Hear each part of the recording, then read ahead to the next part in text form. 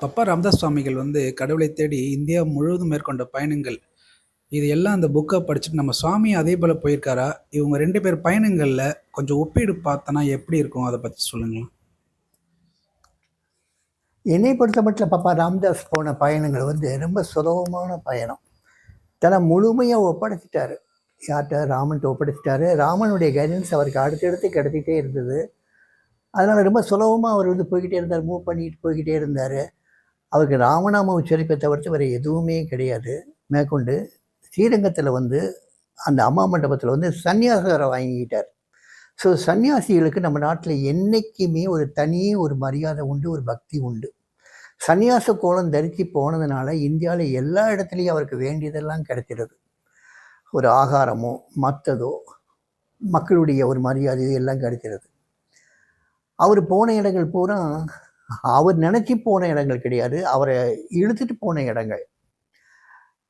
அங்கேருந்து ஈரோடு வந்ததோ, ஈரோட்டிலேருந்து திருச்சி வந்து திருப்பாப்புரி போனதோ, அங்கேருந்து மறுபடியும் திருச்சி வந்ததோ, அம்மா மண்டபத்தில் தங்கினதோ, அங்கேருந்து மறுபடியும் எங்கெங்கே ராமேஸ்வரம் போனது, மறுபடியும் எங்கெங்கேயோ திசைகள்லாம் கிடையாது.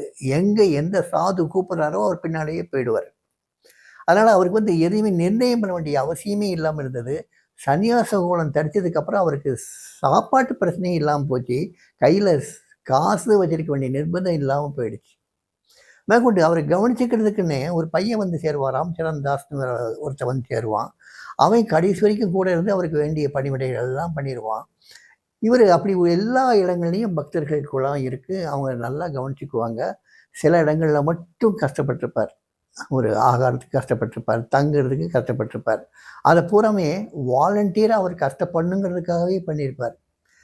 கோகர்ணத்தில் வந்து கடலுக்கு மத்தியில் இருக்க ஒரு பாறை உச்சியில் போய் படுத்திருப்பார்.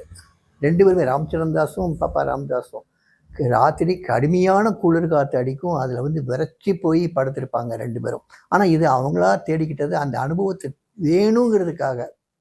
அதே மாதிரி கங்கை கரையில் வந்து கொசுக்கள் மத்தியில் வந்து கங்கை கரையில் வந்து உட்காந்துருப்பாங்க அவர் ராமச்சரண் தாஸும். ஸோ எல்லா வகையிலையும் தன்னைத்தானே வருத்திக்கிட்டு அந்த சமயத்துலேயும் ஒரு உற்சாகமாக ராமனையே நினச்சிக்கிட்டு இருந்தார் பப்பா ராமதாஸ். சுவாமி அதுக்கு நேர் விரோதம். சுவாமி வந்து தன்னுடைய இல்லறத்தில் இருக்கும்போது என்ன ஆடைகள் உடுத்தினாரோ அதே ஆடைகளை தான் வந்தார். வெந்நீர் ஆடைகள் தான். தீட்சை வாங்கினதுக்கு அப்புறம், தீட்சை வாங்கினதுண்டியும் அவர் கையில் பணப்புழக்கம் இருந்தது, ஒரு வேலை பார்த்தார், எல்லாம் இருந்தது. தீட்சை வாங்கினதுக்கப்புறம் ஒரு வேலையை விட்டார்.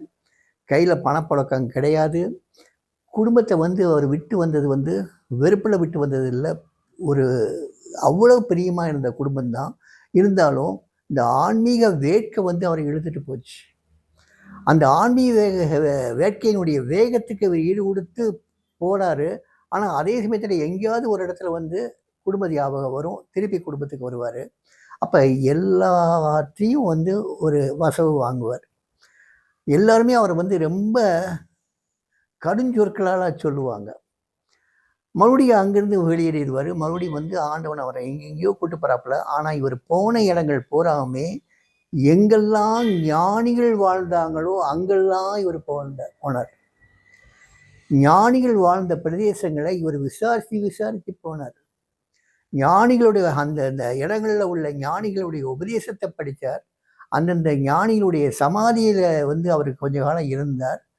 இப்படி ஞானிகள் வாழ்ந்த இடங்களாக தான் போனாரை தவிர்த்து சேத்திரங்களாவோ இல்லாட்டா மற்ற யாரோ கூப்பிட்டாங்க அங்கே போகணும் இங்கே போகணும் அதை பார்க்கணும் இதை பார்க்கணும் அப்படி போனதே கிடையாது. அப்போ ராம்தாஸ் மாதிரி ஒரு எந்த கைடையும் அவர் வச்சுக்கல. ஏன்னா இவருடைய தோற்றம் பார்த்திங்கன்னா ஒரு ரொம்ப பார்க்கவே பயங்கரமாக இருக்கக்கூடிய ஒரு தோற்றம். அந்த தோற்றத்தில் யாருமே இவர் பக்கத்தில் வரமாட்டாங்க. ஸோ இவருக்கு உதவிக்கோ எதுக்குமே ஆட்கள் கிடையாது. அதனால் இவர் தனியாகத்தான் பயணப்படணும். அப்போ வந்து விசாரிப்பார், இந்த ஊரில் ஏதாவது ஞானிகள் இருக்காங்களா, அவங்க அடங்கியிருக்காங்களா, அவங்க சமாதி எங்கே இருக்குது, அவங்களுடைய வாழ்க்கை சரித்திரம் என்ன, அவங்களுடைய உபதேசம் என்ன. இப்படி இந்தியா முழுவதும் அவர் சஞ்சாரம் பண்ணார் 7 வருஷ காலங்களில். 1959 வந்து மறுபடியும் திருவண்ணாமலைக்கு வந்ததுக்கப்புறம் மறுபடியும் அங்கே இருக்க முடியாத அளவுக்கு இங்கே உள்ள உள்ளூர்வாசிகள் வந்து கொஞ்சம் தொந்தரவு பண்ணதுனால இவர் மறுபடியும் சென்னை, பாம்பே, ரிஷிவேலி, காசி, இந்த இடங்கள்லாம் ஜெய கிருஷ்ணமூர்த்தியை ஃபாலோ பண்ணி போகிறாரு. அது போனதும் எப்படி போனாருன்னு தெரியாது. இல்லை கையில் காசு கிடையாது. இவருடைய தோற்றமும் யார்ட்டையும் போய் கேட்குற மாதிரி கிடையாது. இவரை பார்த்தாவே எல்லாம் பயந்து ஓடிடுவாங்க. எப்படியோ கஷ்டப்பட்டு ஒவ்வொரு இடத்துக்கும் போனார். ஜெய கிருஷ்ணமூர்த்தியை ஃபாலோ பண்ணி போனார். கடைசியில் ஜெய கிருஷ்ணமூர்த்தியிலிருந்து கிடைக்க வேண்டிய அந்த பதில் கிடைச்சதுக்கப்புறம் நேரம் மறுபடியும் திருவண்ணாமலை வராரு. 1965 வந்து தங்கிடுறார். இந்த இத்தனை காலமும், அதாவது கிட்டத்தட்ட அவருடைய பயணம் வந்து 1947 ஆரம்பித்து 1965 முடியுது. கிட்டத்தட்ட 18 வருஷ கால பயணம் அவர். இந்த ஆன்மீக பயணத்தில் அவர் தன் உடைகளை மாற்றிக்கல, தன்னுடைய எதையுமே அவர் மாற்றிக்கல. தன்னுடைய உள்ள டிரான்ஸ்ஃபர்மேஷன் வந்து எல்லாமே உள்ளூர நடந்ததை தவிர்த்து வெளிப்புற தோற்றம் எதையுமே மாற்றிக்கல. ஸோ இதுதான் பாப்பா ராம்தாஸ்க்கும் சுவாமிக்கும். ஆனால் இந்த மாதிரி சஞ்சாரம் பண்ணுறதுக்கு உண்டான உத்வேகத்தை கொடுத்தது பாப்பா ராம்தாஸ். இந்த பாப்பா ராம்தாஸினுடைய இன் குஸ்ட் ஆஃப் காட், இந்த விஸ்ட் ஆஃப் காட், இதை படித்து அவருக்கு வந்து இந்த மாதிரி ஒரு காற்று போல எல்லா இடத்துலையும் சஞ்சாரம் பண்ணணுங்கிற நினப்பு வந்ததுக்கு காரணம் பாப்பா ராம்தாஸ். அது பாப்பா ராம்தாஸே இவற்றை வந்து போய் பிச்சை எடுன்னு சொன்னதுனால தன்னை பிச்சைக்காரனை உருவப்படுத்திட்டு எந்த ஒரு வசதிகளையும் தேடாமல் அத்தனையும் தியாகம் என்றார். இவர் சாதாரணவர் கிடையாது. ஒரு ஹைஸ்கூலில் அந்த காலத்தில் ஹெட் மாஸ்டராக ஒர்க் பண்ணவர். கிட்டத்தட்ட 2000 குழந்தைகள் படிக்கக்கூடிய ஒரு ஸ்கூலில் ஹெட் மாஸ்டராக இருந்தவர். அவருக்கு அப்போ வாங்கின சம்பளமே 250 ரூபா.